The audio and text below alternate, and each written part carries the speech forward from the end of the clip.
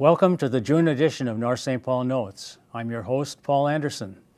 Coming up in the next half hour, we're going to learn about the Northeast Metro 916 Construction Occupation Careers Program. Stay tuned. North St. Paul Notes is straight ahead.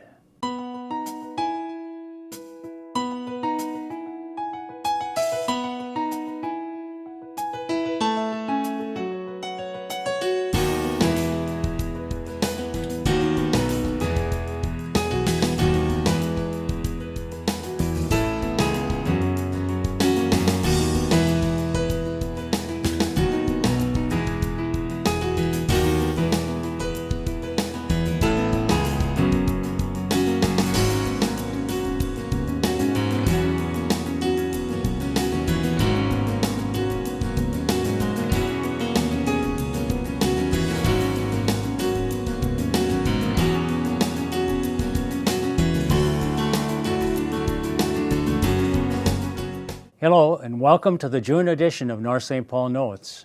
We hope this show will keep you up to date on the news and events that are of interest to the residents of North St. Paul. Students in the Northeast Metro 916 Construction Occupation Careers Program are currently renovating a home on 6th Street in North St. Paul. The former duplex is being converted to a single-family home and will be completed in June.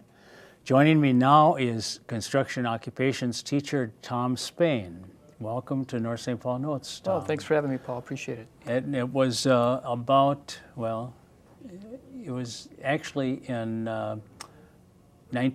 2011 when you were last on. I think it was in November and December. So you got two programs in at that time. I don't know if you remember that. I do remember that. Yeah, and so we did go over quite a few things about your program at that time, but I'm sure that a lot of people have actually missed that program or they forgot about what they saw at that time. So some of the things that we're going to be talking about may be a repeat for some people. But I know it's a subject you know well, and so after being in it, how long now? Wow, I've been teaching in Northeast Metro 916 specific to the construction occupations program. This is my 16th year.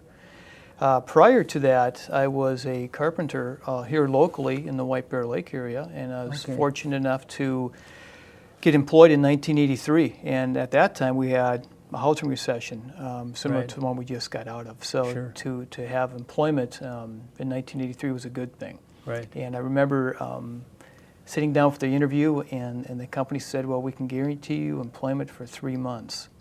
Not much of a gift.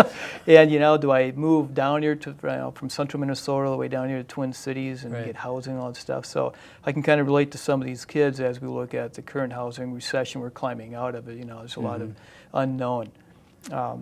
So I took a chance, moved down here, and I was with that company for 16 years. So this is like the tipping scale right now. I had 16 years of experience prior to teaching, and now I'm teaching my 16th year. Oh, wow. So it's been 32 years total, combination of teaching and industry background. Okay, and we talked earlier about where you were from. Tell us about that area. Yeah, I grew up in central Minnesota, a small town called Sauk Center. And actually a pretty well-known town. Well known because of St. Clair Lewis. Right. And it's one of those towns that St. Clair Lewis lived in, and he made the town famous. And because of that, we all have to read his novels as part of English class, which is good. But it was a great town to grow up in. I remember back in high school taking shop classes, as we called them back then, and it was just a lot of fun. I'd relate that to my students today of what we used to do in shop classes, how we would build things. Maybe I shouldn't mention this, but back in those days, we could actually bring our shotguns into school and refinish the stocks, and we made shotgun shell reloaders in metals class and did all kinds of fun stuff. So we had a lot of career and tech education that we did. And I believe I was one of the first classes in high school that actually built a house. In the back parking lots of the schools, a little 20 by 40 Rambler. And there was a big push back in the late 70s, early 80s to have a lot of vocational education at the high school level. And that continued on, but then as requirements change and high schools change, and demographics and logistics, a lot of those programs have gone away. So I'm happy to say that I believe we are the only high school program in the state of Minnesota, and fortunate with the partnership of North St. Paul, we're able to continue taking high school kids, doing career exploration, building a house start to finish, or in this case a renovation project, just so they can make better educated decisions about what they want to do for a career. So we expose them to all the trades. So it's been fun. Well, I had experience in schools also, and so I remember the days of the shop classes, and I was kind of sad when a lot of those courses disappeared, and I think it was too bad in many ways, because I guess they still have some industrial arts is what they called it. But I'm not sure. I haven't checked recently as to what high schools have now. Do you know anything about what they do offer? Most high schools will offer, for example, a Woods program, Woods 1, Woods 2, first year, second year Woods program. But there's really nothing for the student after that introduction. And that's where the 916 fits in nicely. So if a student wants to pursue that at the next level, rather than that specific high school having to use square footage space in a classroom, buy a lot of expensive tools. If you only have 3 or 4 students who want to pursue that as a career, I get it, it's not feasible financially to do that. But if we have 3 or 4 kids from Tartan, and 3 or 4 kids from North, and 3 or 4 kids from Alameda, and several from White Bear, and Roseville, and Irondale, and Mounds View, and all the surrounding high schools, and they come to the 916, now it's feasible to offer those high school kids the next step. And I look at my program as being in the middle. The introduction classes in woods and metals get them ready to come to the 916. And I believe our job at the 916 is to get them ready for a couple things. Number one, tech college, if they want to attend St. Paul College or St. Cloud or Alec Tech, which offer really good programs in the building trades. And you had mentioned, I think, that you have some cooperative programs with those schools, or with some of those schools. Right, we have articulation agreements. And so what that refers to is if a student takes my class, be average or better, 90% attendance, they earn college. Be average or better. Be average or better. Yeah, there's some stipulations. That's a catch. Yeah, that's a catch. They have to have some ownership in the program. They have to have some accountability. Then the students will earn articulated college credit. Everything's online nowadays, and so once they complete that, and I go to the Tech Prep website, I can hit complete satisfactory, and they get sent an email with the certificates, and they can take those to these tech schools. Currently, right now, I have articulated college credits with Alexandria and St. Cloud and St. Paul, Southwest, Southeast, St. Cloud State University. I know there's more. Okay, sure. But I think I articulate with about 8 or 9 technical schools. But that means they can transfer credits from your school to those other schools. Correct. Okay. I also articulate with Century College as well. Okay. And so they'll get a certificate, and they'll bring that certificate in upon registration. And on the certificate, it says that my class, Construction Occupations 1 and 2, first semester, second semester, equals one of their college courses. And so at the end of the day, they don't pay for that class. They don't even have to take the class. They can take it for audit if they want, which means they don't pay for it. They can sit in. None of the assignments are due if they want, to have some commonality with the rest of their classmates. But it's a great opportunity for students to earn college credit while still in high school. Sure. Well, I was always confused when they started calling the school out there Century College, which was Lakewood previously. Right. And now they often refer to the school across the street, which was the technical college, as part of Century College. Is that confusing or for others? Or? It is. And I think as people look back, back in the mid-'90s when the merger happened. So I believe it was 95 when we had technical or community colleges, Lakewood Community College was on the, I get my bearings right, I believe that was on the west side of 120. Then on the east side of 120, you had 916 VOTEC. Right. And the state of Minnesota looked at that and said, that seems to be redundant. We have a president at both campuses. They're across the street from each other. We could probably save some financial resources if we combine these schools. We just call them technical colleges. Right. So a student can take an automotive program and earn an AES degree as well. And so there was a lot of shifting that went on. And so I can usually tell someone's age by if they refer to the 916 as the VOTEC or Lakewood. Right. So that did happen, 20 years ago. Right. And so people that may have gone to school at 916 still refer to it as the 916. Right. I try to tell them it's only for high school students, and so sometimes you have to re-educate them. Sure, I understand. Well, tell me about the typical student schedule when they're with you. Can you give us an Sure. idea of what they do or what? Well, my day is broken up by what we call time blocks. And a lot of high schools have periods nowadays. And so they have a 6-period day as we have 3 time blocks. Our time blocks would be equivalent to 2 of their class periods. So for example, I have kids from Tartan and North, and I get those students in the afternoon. So they'll do periods 1, 2, 3, and 4 at their high school, Tartan or North. And then they'll come out for the construction occupations programs for periods 5 and 6. Okay. And so because it's a 2-period class, which we need because we're building a home, and a lot of times the periods at the high school are 50 minutes, 55 minutes approximately, as where I have students for twice that length, so about 100, 110 minutes. Okay. So that way we can get more done at the construction site. Okay. Now, are there similar programs in the Twin Cities or outstate areas? There used to be more, but I think as budget cuts hit the high schools pretty hard. Sure. They had to cut programs, and unfortunately the VOTEC programs are on the chopping block for several reasons. Number one, they're expensive to run. And number two, sometimes they don't fit into the mission statements of the local high schools. So there used to be several programs that did what I do. Actually, they were there before I was. They would obtain properties. They would build houses start to finish. The homes would be sold on the market. That would help financially support the programs moving forward. But as the housing recession hit back in 07, 08, houses weren't being sold. School districts had a huge liability, owning lots, having a house built, paying for the materials, not being able to sell the house. And so a lot of nervous people looked at that and said, this might be a bad thing, and so we're going to have to discontinue some of the construction programs. Okay. There are several schools in the, not immediate area, but Forest Lake High School and Blaine High School. They both build a house in the back parking lot. And some other cooperative schools like Wright Tech and Carver Scott. They do something similar, as where they build a house in the back parking lot, then the house gets moved. It's still, they're good programs, but the foundation, the base is so important when you build a house. Sure. And for the students to get exposed to that and be part of that as we build this structure, it's a lot more relevant, I believe. Sure, I can understand that.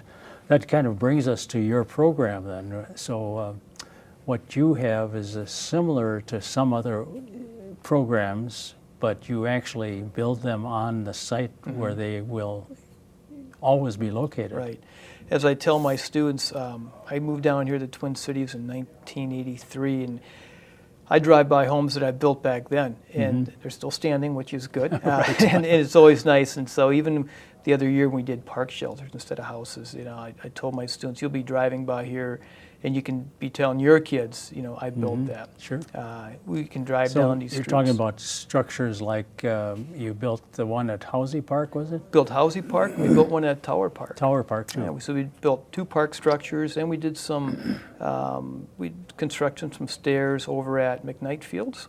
Oh, okay. So the press box needed some steps going up, and so we had some time left over in the school year, and I always like to fit everything in the curriculum, and building the 2 park shelters, we weren't exposed to building stairs, and so I met with the city.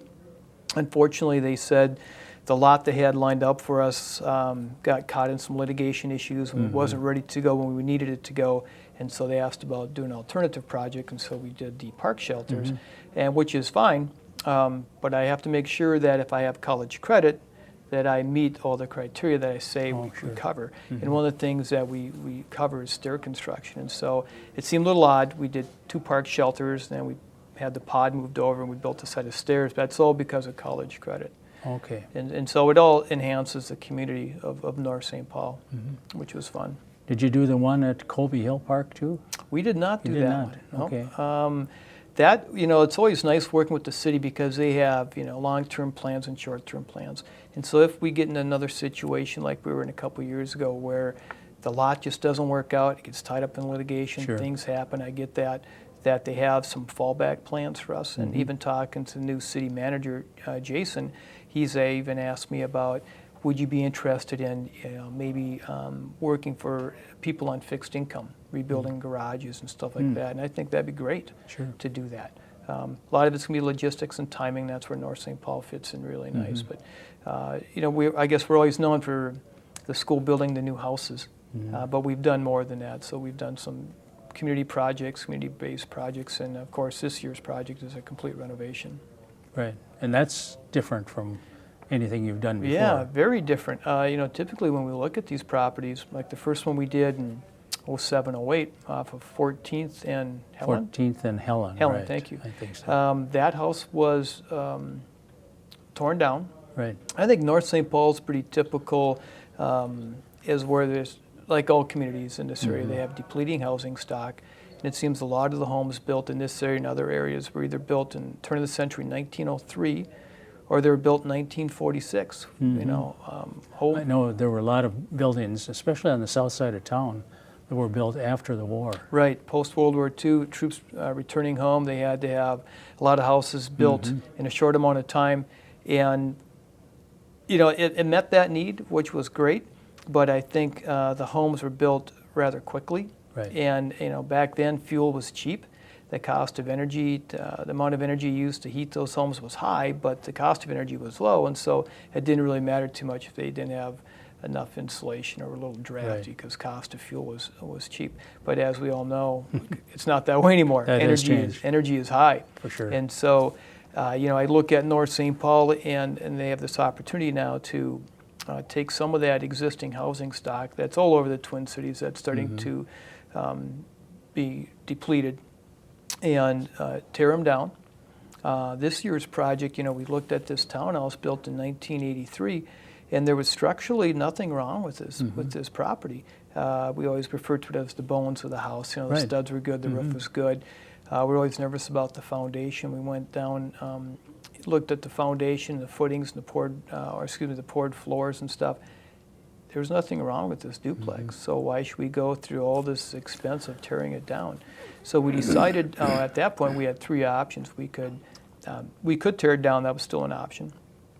Second option would be to convert that into another duplex.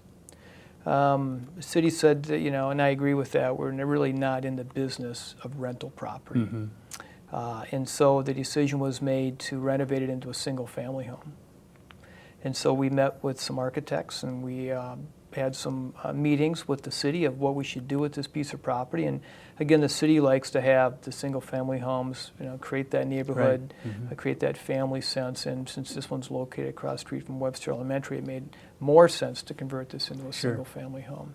So it took a different kind of planning, I guess, and you did consult with architects on this project. Correct. And that hasn't always been done, has it? Where do most of your designs come from when you build a project? Oh, good question. A lot of times, and we've learned this through the process of building infills in the city of North St. Paul. First thing I do is, the old saying, get out of the forest and look at the tree. We got to look at the neighborhood, and we got to see what homes are there. Sure. And we have to build within the neighborhood. We don't want to build too big of a home. We don't want to build too small of a home. We want to fit within the neighborhood. So a lot of times we'll look at the average values in the neighborhood and we'll try to build at about 120% of that. So we'll build a little bit above that value. That way the neighborhood doesn't look at something that shouldn't be there. I mean, we want it to fit in. And that's been probably the biggest thing we've learned. Either one way or the other. Right. To fit in. Yes, you can't have something block the sunlight from the neighbors. Well, that's true. And you can't have something that brings the neighbor's value down either. Right. So we want to be a little bit above the average. And that's kind of where we set with the starting point on the sale price or of an appraised value. And then from that point we take a look at the size of the home and then we take a look at orientation of the properties and what would be the best usage of the land. Right. So there's a lot of thought process that goes in, and we like to be almost a year ahead of time. So next year's project's already plans drawn, Good. Which is nice. Budget's being created, and with the new energy codes that came out February of this past year. We'll probably have to get the plans modified to meet the new current energy codes a little bit, but that's relatively easy to do. Once you get the building plot figured out, the size of the structure, make sure it meets the setback requirements, minor changes are easy to do. Mm-hmm. Well, I commend you for preserving this current project, that you didn't just do a tear down. I think there's too often the temptation to tear something down and start fresh. It's usually the easiest. I know it. And maybe sometimes the cheapest too, but depending. But I think there's some value in not throwing old homes in the landfills. Right. So, with that being said, and I alluded to a little bit earlier, the new energy code, when we look at these properties, we got, it's not just, is it ugly, is it falling apart? We look at multiple facets. And if a home, for example, structurally might not be sound, but if the foundation's good, and we look at the repairs required to make it structurally sound, if they're minimal, I'm in agreement. Why do we tear these things down? Mm-hmm. Let's keep them up. On the other hand, however, if the property is in distress, and if everything in it's outdated, and by outdated I mean energy codes and windows and doors, and if we have to spend more money to fix it, well then it's just not feasible. Then unfortunately I have to take it down. That's right, yeah. Well, you've done a number of homes here now. How many has it been? Well, 6 homes in 7 years. So we're completing our 6th home right now. Mm-hmm. And it was the old saying, one door closes, another one opens. Right. So we were building these with the 916, the school district's foundation, and we started that in 1999. Mm-hmm. And things were going well, but what was happening is lots were being purchased by builders building it, and it was kind of forcing us to go farther and farther and farther away from the 916 or Century College where we're housed out of. So transportation became an issue. Right. I think the very last one we did, we were up in Hugo. Mm-hmm. That's quite a drive for a student from Park of Cottage Grove to drive all the way up to Hugo. Right. And back then too, energy costs were going up, so transportation costs were an issue. And so we noticed a decline in enrollment. Mm-hmm. And so we really needed to get closer back home, as we called it. We started off building relatively close, and the Vadnais Heights radius wasn't bad. And then the opportunity came when we got a call from the city of North St. Paul. And I actually received 3 calls that year, one from Columbia Heights, one from White Bear Lake, and one from the city of North St. Paul, wanting to know if we have an interest in doing some work in their community. Mm-hmm. Columbia Heights, as much as I would love to go there because I live really close to there, it was just too far. So logistics plays a big part of this. Sure. The White Bear Lake option, was there for a while, and I'm sorry, also Vadnais Heights contacted us. Mm-hmm. And so then we had, Vadnais Heights, White Bear, and North St. Paul as some options to go with. But when we met with North St. Paul, and we could really tell they were serious about this. Mm-hmm. They had lots lined up. Actually, not only do I have a lot for next year, I'm out 3 years. That land that they've purchased through HRA. One thing less to worry about. Yes, exactly. But really, what we liked about the North St. Paul connection, we get kids from Tartan and North, which is great, but we also have a busing issue. So now that we're so close to where we're housed out at Century College, I have students from Park of Cottage Grove who get bused to Century College to take classes at the 916. Well, now the bus just continues another 1.6 miles and drops them off at the construction site. Okay. And so now the students aren't having to drive, which is good. And that's probably the biggest reason we picked North St. Paul. Sure. It's a great partnership. It's very, very convenient for the whole program. We don't have too much time left, surprisingly. Is there a certain type of student that you're looking for in your program? Can you mention just a few of the characteristics that you'd like to see? Oh, it's a great question. I get multiple variety of students. And so here's an example. This year I have a young lady from Eastridge High School who is taking my class because she wants to become an engineer, engineer architect. And she just got accepted at the University of Illinois Institute of Technology. Very smart gal. she takes my class and she goes to U of M for some math class. Right. So she's taking my class not to learn how to physically build the house, but to learn how that environment operates. Sure. So I have students who go on to construction management schools, go on to schools for architecture. I also get students who are on the career exploration side of things, and that's great. They're not sure if they want to enter the trades as a career. They have limited classes they can take at the home high schools now, and so their counselors sign them up to take the construction occupations program because we do really focus on career exploration. I think it's hard enough to pick a career when you're my age, Right. our age. Sure. And so for these young high school kids to all of a sudden be forced to make that decision when they're seniors in high school without a lot of exposure to the careers out there, we're not doing them a justice. Right. So I get kids who come in with no experience, have never taken a shop class, have a hard time reading a tape measure.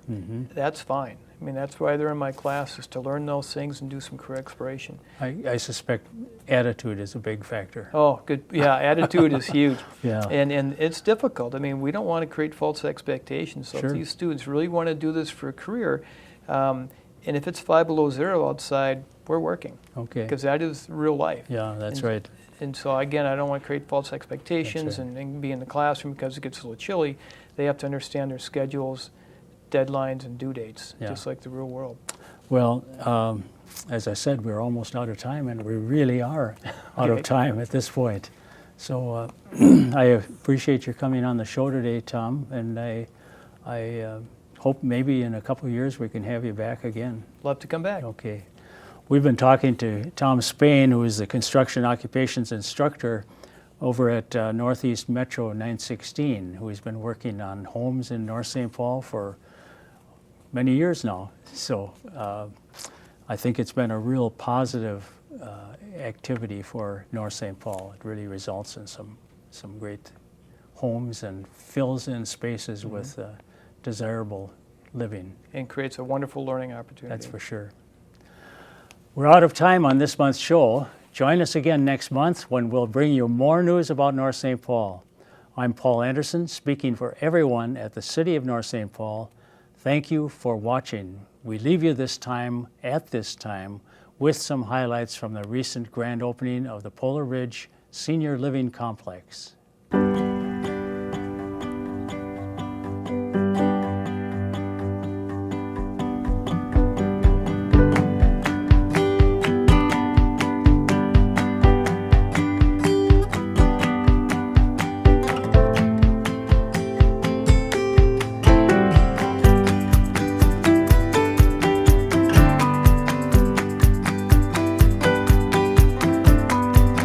Ladies and gentlemen, welcome. Welcome to Polar Ridge Senior Living on this beautiful Minnesota spring day.